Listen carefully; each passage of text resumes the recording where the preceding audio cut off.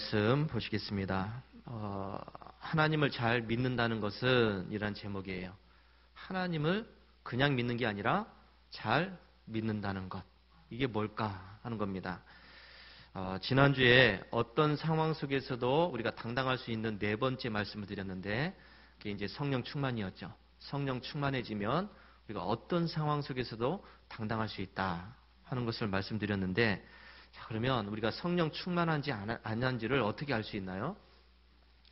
저 사람은 기도를 잘하니까 성령 충만하지. 보니까 방언 기도도 잘하고 한번 앉아서 기도하면 뭐 1시간, 2시간은 거뜬하게 앉아서 기도하고, 또 저 사람은 기도해 주니까 병도 낫고 귀신도 쫓아내고 막 이렇게 놀랍게 하는 그런 능력도 있고, 또 교회에 보니까 여러 가지 일들도 열심히 하고 또 적극적으로 하고, 저 사람 참 성령 충만한 사람인 것 같아. 우리가 그렇게 생각할 수가 있습니다. 물론 이런 것들은 성령 충만한 모습 중에 또 하나입니다. 성령 충만하면 그렇게 되게 되어 있습니다. 그런데 여러분, 이러한 모습은 성령 충만하지 않아도 할 수 있는 일들이에요. 책임감 있고 또 성실하고 또 열심히 있고 또 순종적인 사람들은 그렇게 안 해도, 성령 충만 안 해도 열심히 할 수 있어요. 잘할 수 있다는 것이죠. 그래서 이 성령 충만 받았는지 아닌지를 확실하게 알 수 있는 방법. 그게 뭐냐면, 앞에서 것처럼 뭐 기도 잘하고 뭐 열심히 예배드리고 찬송 잘하고 뭐 이게 아니라, 이것도 물론 성령 충만 받은 모습 중에 하나이지만은, 그러나 더 확실하게 알 수 있는 것은 그 사람이 하나님의 말씀에 순종하면서 사느냐 안 하느냐, 이걸 보고 우리가 판단을 해야 됩니다.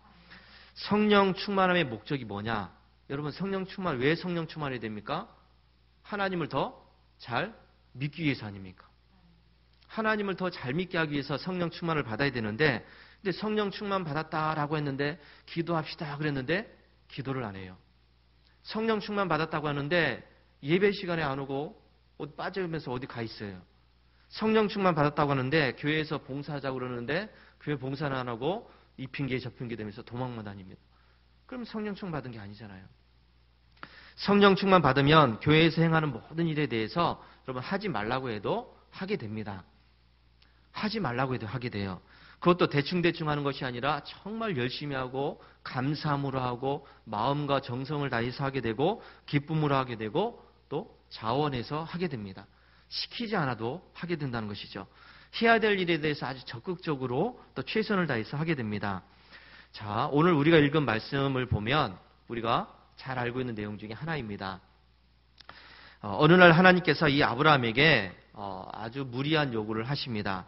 내 아들, 내 독자, 너 사랑하는 독자 이삭을 번제로 드리라. 이 말씀을 합니다. 자, 여러분, 아들 이삭을 번제로 드리라. 이 번제라고 하는 것은 불에 태워서, 이 제물을 불에 태워서 하나님께 드리는 제사입니다. 그러니까 여러분, 아들 이삭을 불에 태워서 나한테 제물로 드려라. 이 요구를 지금 하나님이 하고 계십니다. 여러분, 세상에 이 멀쩡한 사람을 불에 태워서 제물로 드려라? 멀쩡한 사람을 그냥 인신공양하는 것. 이거는 무속신앙을 가진 그때 미개한 사람들이 했던 제사 방법이에요. 아주 오래전에 자기들이 믿는 이 신의 노여움을 달래주기 위해서 사람을 제물로 선택해가지고 바닷속에, 물속에 빠뜨리는 것. 비가 오기를 바라면서 높은 절벽에서 사람을 떨어뜨려서 죽이는 것.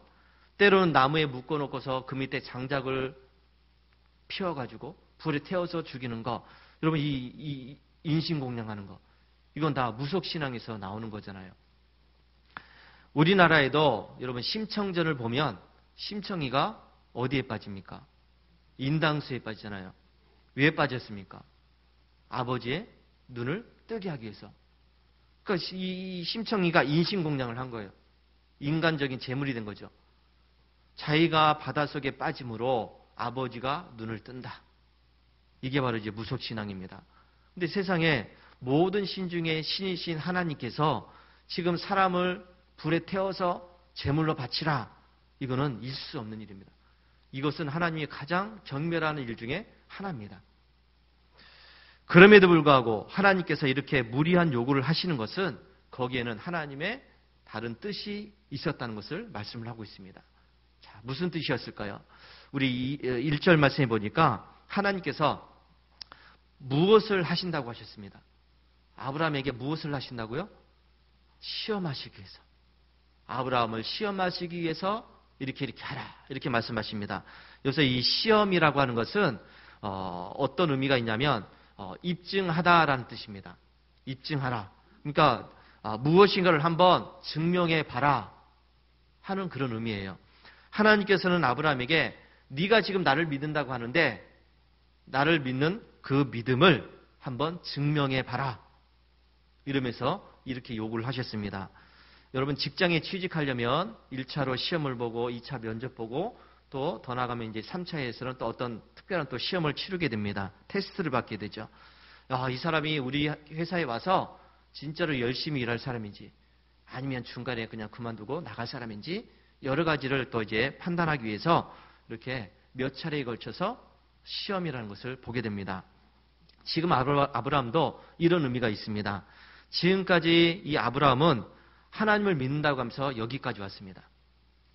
하나님을 믿는다고 하면서 지금 여기까지 왔습니다. 그런데 아브라함이 진짜로 하나님을 믿고 있는 건지 아니면 믿는 척을 하고 있는 건지 이걸 하나님이 지금 알길 원하셨다는 것이죠. 그래서 그걸 한번 네가 증명해 봐라. 창세기 12장부터 보면 지금까지 하나님께서는 이 아브라함에게 좋은 것들만 주셨습니다. 처음 아브라함을 부르셨을 때 너의 고향과 친척과 아버지 집을 떠나라. 내가 가라고 하는 곳으로 가라. 그러면 그곳에서 네가 큰 민족을 이루게 된다. 내가 너에게 복을 주겠다. 이렇게 말씀하셨죠. 그리고 나서 이 아브라함이 그곳으로 가서 또 기근이 생기자 어려움을 당하니까 애굽으로 내려가게 됩니다. 애굽으로 내려갔을 때 이 애굽의 왕이 아브라함의 아내를 보고서 너무나 예쁘니까 자기 아내로 취하려고 그랬습니다. 그래서 아브라함의 아내를 빼앗아 오게 되죠. 데려오게 됩니다. 이때 하나님께서는 아브라함을 도와주십니다.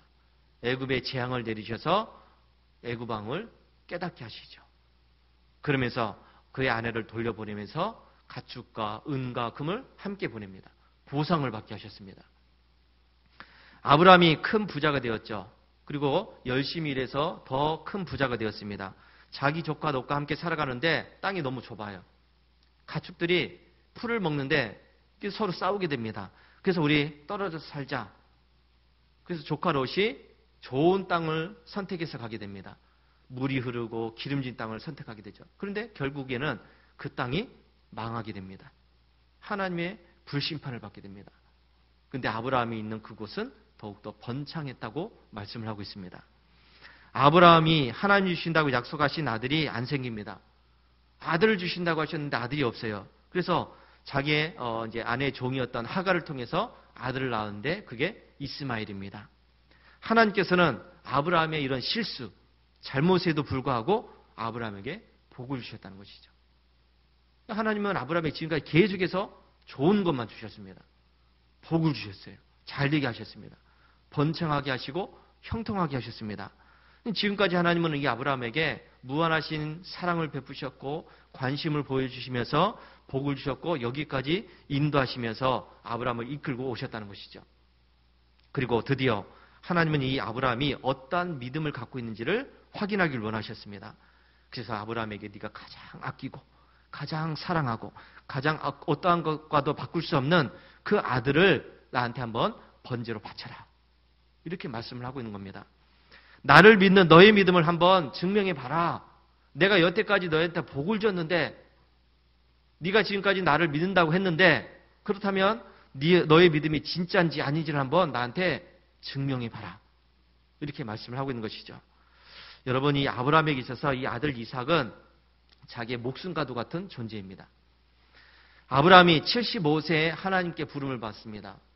그러면서 그때 하나님은 아들을 주겠다. 큰 민족을 이루게 하겠다. 이렇게 말씀하셨습니다. 하늘의 별과 같이 바닷가의 모래알 같이 너희 민족들을 크게 하겠다라고 약속하셨습니다. 그런데 10년이 지나도 20년이 지나도 이 아브라함에게는 아들이 안 생깁니다. 자녀들이 안 생겨요. 여러분 큰 민족을 이루려면 벌써 아들, 딸들이 수십 명이 있어야 되는데 하나도 없다는 것이죠. 20년이 지났음에도 하나도 없으니까 아브라함의 입장에서는 이 하나님의 약속이 맞는 건지 틀린 건지 이게 지금 의심이 들어가기 생겼습니다. 더군다나 이 아브라함과 사라는 생물학적으로 아이를 낳을 수 없는 그런 몸 상태가 되고 말았다는 것이죠. 성경에 보니까 100세가 된 사람이 어찌 자식을 낳을까? 사라는 90세니 어찌 출산하리요? 아브라함과 사라는 나이가 많아 늙었고 사라에게는 여성의 생리가 끊어졌다. 사라 자신도 나이가 많아 단산하였다. 이 성경은 계속해서 이렇게 말씀합니다. 아이를 낳을 수 없는 그런 상태가 되었다는 것을 이야기하고 있죠. 여러분 한번 생각해 보세요. 하나님께서는 아브라함에 계속해서 민족을 이루게 하겠다. 민족을 이루기 위해서는 자녀가 있어야 됩니다. 자녀를 주겠다. 아들을 낳게 하겠다. 딸을 낳게 하겠다. 이렇게 약속하셨는데 근데 하늘의 별처럼 바닷가의 모래알처럼 그렇게 큰 민족을 이루게 하겠다라고 하셨는데 근데 아브라함과 사라의 몸 상태가 지금 아이를 낳을 수 없는 그런 상태가 되었다는 것이죠. 불가능한 상태가 되었습니다. 자, 여러분 이럴 때 갈등됩니다. 현실은 불가능해요.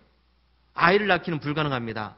근데 아이를 낳을 수 있다는 하나님 말씀 계속해서 말씀하고 있죠. 근데 내가 이때 내가 어떤 것을 믿고 어떤 것을 받아들여야 될지 여기는 심각한 갈등이 생길 수밖에 없죠. 현실은 이러니까. 현재 상황은 이러니까 이게 지금 말씀하고 맞지가 않다는 것이죠. 자, 우리 같았으면 여러분 같았으면 어떤 것을 선택할까요? 현실이냐 말씀이냐. 현실은 어려운데 현실은 불가능하고 현실은 안 되는데 말씀에는 지금 할 수 있다. 이렇게 말씀하고 있으니 참 여러분 어떤 것을 우리가 믿어야 됩니까? 많은 성도들이 이 현실과 말씀 속에서 이 사이에서 현실을 따르고 있는 것을 보게 돼요.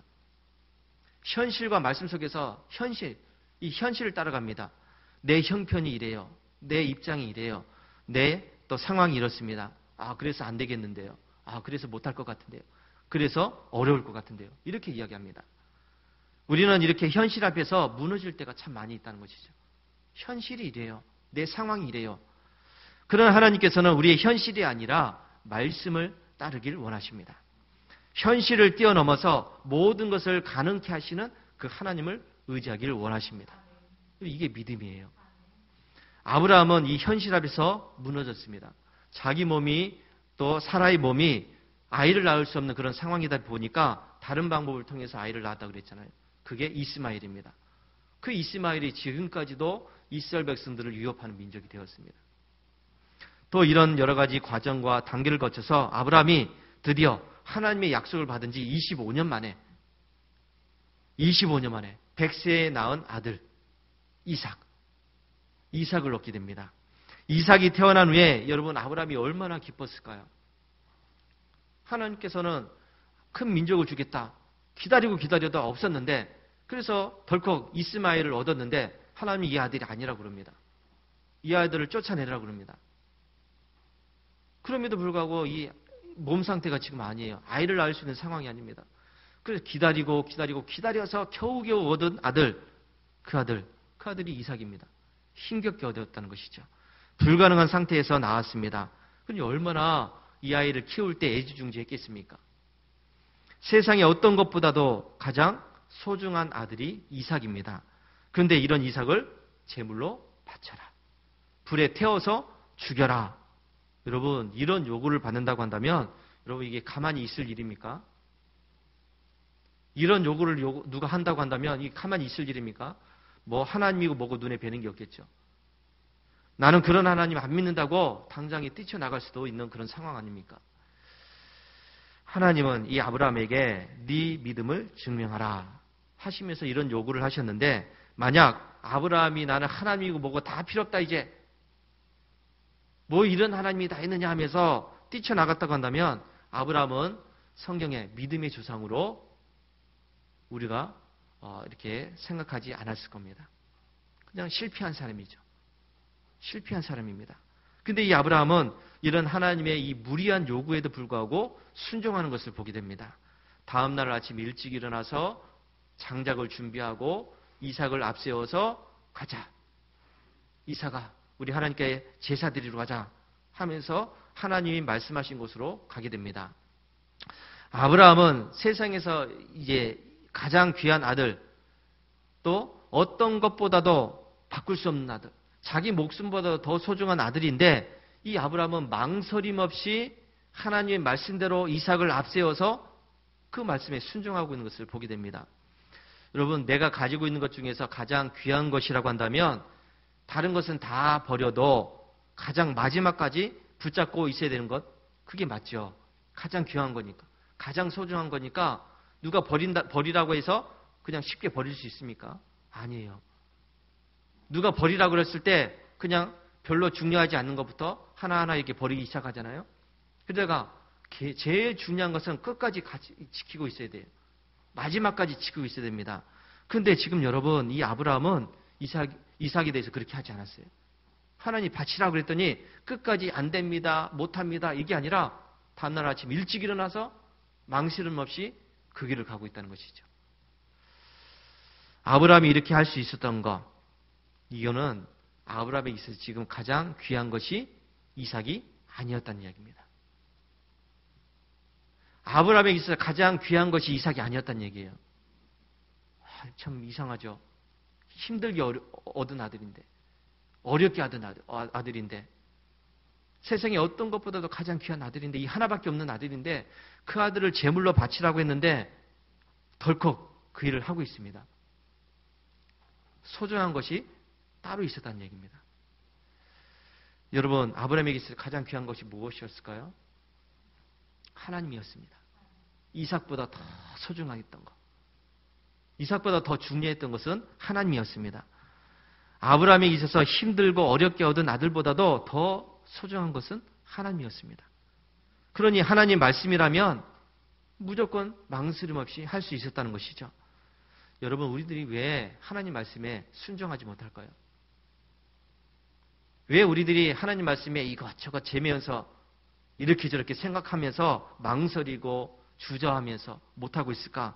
그것은 하나님보다 더 소중한 것이 있기 때문이에요. 기도하자고 하는데 왜 못합니까? 기도보다 더 소중한 것이 있다는 것이죠. 예배 드리자는데 왜 못합니까? 예배보다 더 소중히 여기는 것이 있다는 것이죠. 봉사하자고 하는데 왜 못합니까? 더 소중히 여기는 것이 따로 있다는 겁니다. 이런 것보다 내가 더 소중히 여기는 것이 있기 때문에 쉽게 우리가 못하는 것이죠. 여러분의 시간을 하나님께 드리지 못하고, 여러분의 물질을 하나님께 드리지 못하고, 여러분의 몸을 하나님께 바치지 못하는 것은 나에게 하나님보다 더 귀한 것이 따로 있다는 겁니다. 그래서 못하는 거예요. 내 입장이, 내 상황이, 내 형편이 그래요, 이게 아니에요. 그래서 못하는 게 아니라 바로 내 상황보다, 내 입장보다, 내가 생각하는 것보다 더 귀한 것, 하나님보다 더 귀한 것이 따로 있다는 그런 이야기입니다. 그래서 못하는 겁니다. 내가 믿는 하나님이 나에게 가장 소중한 분이라고 한다면 여러분, 아픈 게 됐습니까? 가난하고 병든 게 됐습니까? 여러분, 시간이 없는 게 됐습니까? 하나님이 가장 소중한 분이라고 한다면 어떻게 해서라도 그 말씀에 순종하려고 합니다. 하나님이 소중하기 때문에. 근데 아픈 몸을 이끌고서라도, 없는 시간을 쪼개서라도, 없는 형편에 어떻게 해서라도 내가 하나님 말씀에 순종하려고 노력하고 애를 쓰는 것이 맞잖아요. 하나님이 소중하다고 한다면. 근데 하나님보다 더 소중한 것이 따로 있으니까 안 하는 겁니다. 못한다고 하는 것이죠. 아브라함은 하나님께서 바치라고 했을 때 조금의 망설임도 없이 이삭을 그냥 꽁꽁 묶었습니다. 이삭에게 뭐 이런저런 얘기도 없어요. 그냥 붙잡아서 그냥 묶어버렸습니다. 그리고 그 아이를 제단에 올려놓고서 칼로 찌르려고 그랬습니다. 조금의 망설임도 없어요. 그러자 하나님께서는 이 아브라함을 다급하게 불러 세우셨습니다. 아브라함아, 아브라함아, 멈춰라, 그만해라, 그 아이에게서 손대지 마라. 그러면서 하신 말씀이 오늘 우리가 읽은 말씀, 네가 네 아들 네 독자까지도 내게 아끼지 아니하였으니 내가 이제야 네가 하나님을 경외하는 줄을 알았다. 이렇게 말씀하십니다. 이제야 네가 나를 진짜로 믿는구나. 이제야 네가 나를 진짜로 믿는구나. 이런 말씀 아닙니까? 그동안은 아브라함이 하나님께서 복을 주신다고 하니까 믿었어요. 하나님이 잘되게 하신다고 하시니까 믿었습니다. 번창하게 하시고 번성케 하시고 또 실제로 그렇게 살았습니다. 그렇게 해서 믿었습니다. 근데 이제는 그렇게 안 해도 오히려 하나님이 무리한 요구를 하시더라도 그 말씀에 순종하는 것을 보니까 이제 네가 진짜로 나를 믿는 거구나. 진짜로 나를 믿고 있구나. 이거를 하나님께서 말씀하고 있는 것이죠. 하나님을 잘 믿느냐 못 믿느냐 이거는 열심을 보고서 판단하는 것이 아니라고 그랬죠. 열심히 하느냐 안 하느냐 이게 중요한 것이 아니라고 그랬습니다. 어떠한 말씀에도 순종하느냐 안 하느냐 이걸 보고 판단해야 되는 것이죠. 기분이 좋으면 하고 기분이 나쁘면 안 하고. 여러분 우리가 그렇습니다. 기분이 좋으면 하고 기분이 나쁘면 안 해요. 시간이 있으면 하고 없으면 안 합니다. 건강하면 하고 아프면 안 합니다. 근데 내가 어떠한 상황에 있다고 할지라도 하나님 말씀에 무조건 순종할 수 있는 것 이것이 바로 하나님을 잘 믿는 것임을 믿으시기 바랍니다. 이런 사람이 네가 이제야 하나님을 잘 믿고 있구나 이런 소리를 듣는다는 것도 기억하시기 바랍니다. 하나님은 내 기분에 따라서 내 감정에 따라서 내 상황에 따라서 믿는 게 아닙니다. 이것과는 상관없이 내가 그런 상황에 있다고 할지라도 그것을 극복하면서 믿는 것이 진짜로 믿는 것임을 잊지 마시기 바랍니다. 여러분들이 이 교회나 가정이나 직장에서 행하는 모든 일들은 여러분의 믿음을 시험하는, 증명하는 하나님의 시험 장소예요. 여러분이 살아가는 그 모든 모습은 내 믿음을 하나님께 보이는 그 시험의 장소입니다. 여러분이 그 상황 속에서 어떻게 하느냐에 따라서 여러분이 하나님을 진짜로 믿는 건지 아니면 지금 믿는 척을 하고 있는 건지가 판별이 된다는 것이죠. 바라건대 우리 상종교회 모든 성도들은 하나님을 진짜로 믿는 이 믿음을 증명하시기 바랍니다. 하나님의 어떤 말씀에도 아멘으로 순종하고 행해서 이제야 나를 믿는 거구나. 이제야 네가 나를 믿고 있구나. 이런 칭찬을 받을 수 있는 우리 성도들이 되시기를 주의 이름으로 축원합니다. 할렐루야.